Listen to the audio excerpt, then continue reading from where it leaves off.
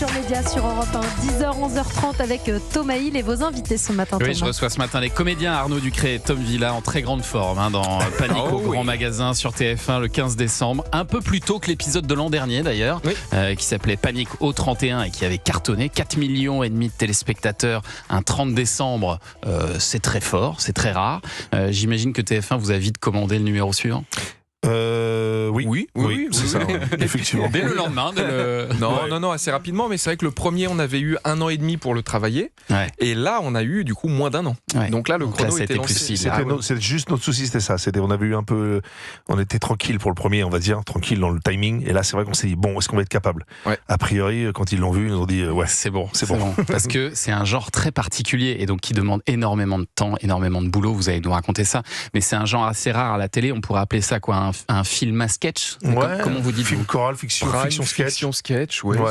C'est un peu ça. Et puis surtout pour nous, c'était incroyable c'est jouissif de pouvoir rassembler autant de gens, quoi. C'est ça. Qu'on aime, d'autres qu'on voit, des jeunes qui arrivent là dans le métier, enfin voilà, des anciens qu'on adore. Enfin c'est très agréable, quoi. Et le casting, il est incroyable. Il n'y a pas un film de cinéma qui réunit, je pense, autant de stars françaises. On va en citer quelques-uns: Victoria Abril, Michel Bernier, Nikos, François-Xavier de Maison, Charlotte de Turckheim, Antoine Duléry, Annie Dupéret, Pierre-François Martin Laval, Maxime Gasteuil, Mimi Mati, Gilbert Montagnier, Franck Dubos. Je pourrais continuer comme ça assez longtemps.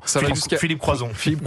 Ça va jusqu'à Daniel Prévost, et ça va aussi pour les plus jeunes: Thomas Marty, Philippine Delair, Souane Périssé, Diane Segar. On voulait un truc très générationnel. Alors, comment vous faites pour avoir tous ces gens-là? Et 2, comment vous faites pour les payer et rentrer dans votre budget? Alors ça, on a des bons producteurs. Ça, on a des bons producteurs. Ça peut être notre domaine. Nous, c'est surtout Mais ce qui est super avec Tom aussi, c'est que Tom est très branché aussi nouvelle génération, et donc tout d'un coup, je me suis dit putain, Daniel Prévost, à mon avis, ça peut péter cette affaire. non, mais le spectre, il est énorme. Et c'est ça qu'on veut en fait. C'est qu'on veut des gens comme Daniel Prévost, extraordinaire, que plein de gens connaissent, et puis des personnes un peu que moins de gens connaissent, mais qui en plus n'ont pas fait beaucoup de fiction, mais qu'on voit pas trop en télé aussi, quoi. Qui a un petit côté inédit de tiens, c'est pas. Et pas sur TF1, pardon, mais c'est vrai que ce sont beaucoup, ce sont des gens qu'on ne voit jamais sur TF1. François Morel, moi j'ai pas le souvenir de l'avoir vu sur cette chaîne, par exemple. Et il est formidable dans le sketch. Il est formidable, et dans avec Jean-Claude Moicca d'ailleurs, qui est extraordinaire, qui fait le mec de la Sécu. Donc c'est bien, ça ouvre un peu, quoi. Voilà. C'est ça. Nous, quand on les voit, je vous avoue que quand on voit par exemple François sur le plateau ou Franck Dubosc et tout, bon, on se dit, on est là, nous, à réaliser le truc. On se dit, mais c'est un truc de dingue. Génial.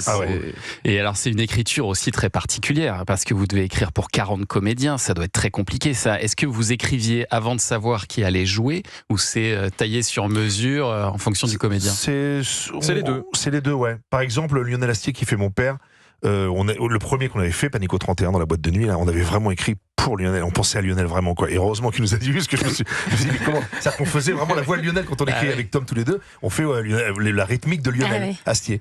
Il est très bon, lui. Et d'autres, on pensait pas forcément à eux, on l'a écrit comme ça, et puis on essaie d'adapter aussi. C'est que là, quand on a des textes et puis qu'on a certains on dit yes, ok, alors attends, comment on peut essayer d'améliorer pour que ça soit vraiment dans sa bouche et pour la personne, Et alors, le principe, Arnaud Ducré, c'est que vous êtes un sauveteur d'entreprise, avec votre fidèle assistant Tom Villa, mais pour vous présenter dans la fiction, vous avez fait appel à des voix de la télévision.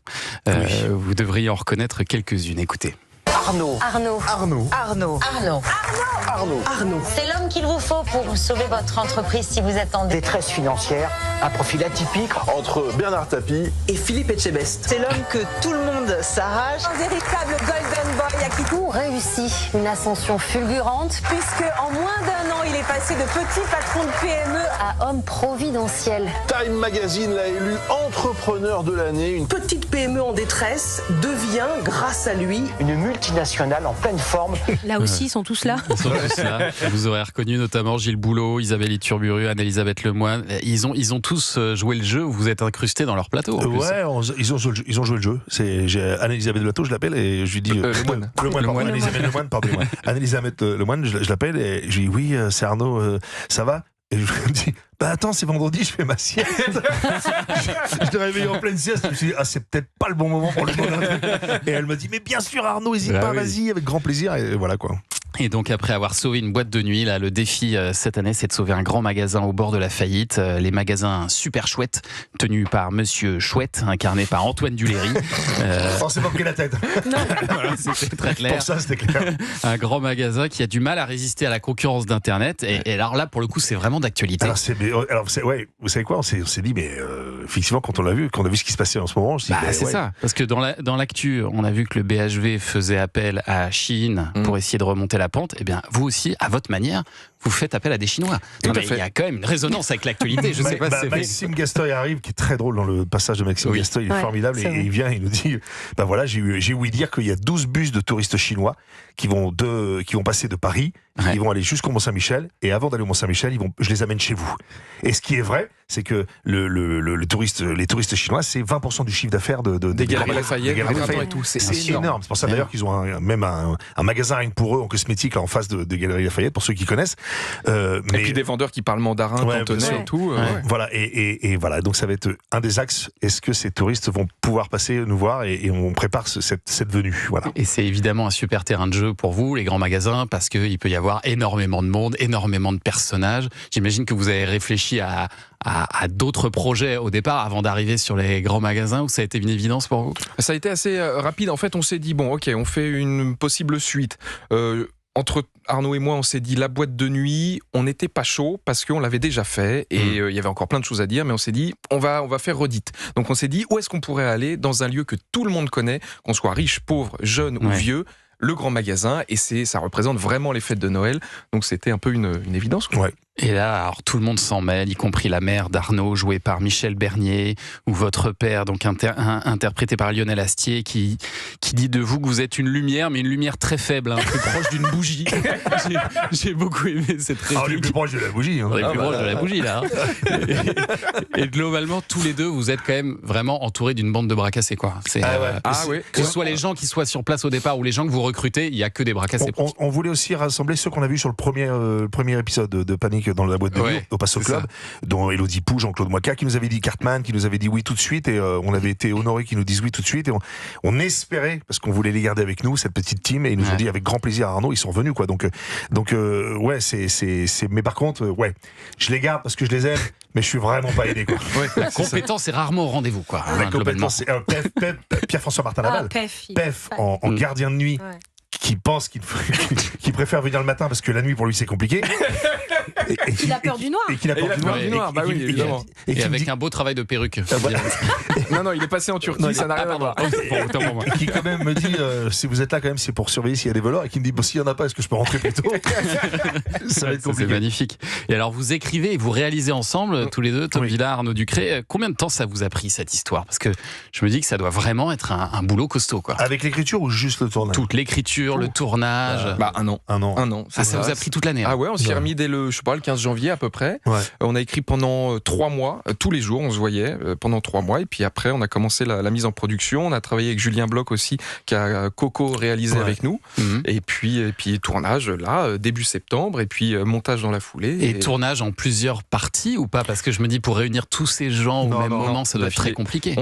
On a décalé parce que c'est pour la banquière, pour Victorien, mais sinon effectivement c'est 12 jours, il faut y aller parce que puis c'est tellement intense, puis c'est dur de sortir on a la tête dans le guidon, donc de sortir du tournage puis revenir dedans, c'est compliqué, vaut mieux d'une traite. Et alors l'humour, c'est quand même un genre qui est assez rare, il faut le dire, à la télévision, assez rare sur TF1 en particulier. C'est terrible de dire ça, mais c'est vrai. Mais c'est vrai.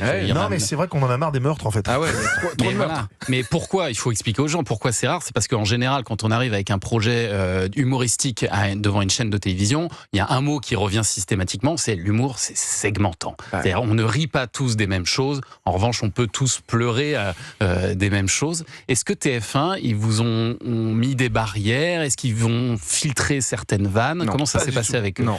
Faut savoir qu'on a signé avec le divertissement de TF1, Rémi Faure et Solène Le Goff, et ils nous ont fait confiance sur le premier. Et sur le deuxième, ça a été la même chose, c'est-à-dire qu'on est arrivé, on leur a présenté les choses, on a lu quelques petits passages, et on leur a présenté quelques passages, et une fois sur le tournage, terminé. et ils nous ont laissés tranquilles. Ah ouais, moi, j'ai jamais été aussi libre que là, vraiment. Parce qu'il y a des choses qui sont assez osées par moment. Bien sûr, mais on Daniel Prévost et son problème de prostate, par exemple. Non, mais c'est bien d'avoir des petits vieux qui font qu'on aime, nos petits anciens qui font les paquets cadeaux, les cadeaux du cœur, et qu'en fait, il n'y en a pas un qui peut être là à la réunion parce que tout le monde a envie d'aller pisser. C'est une des très bonnes scènes.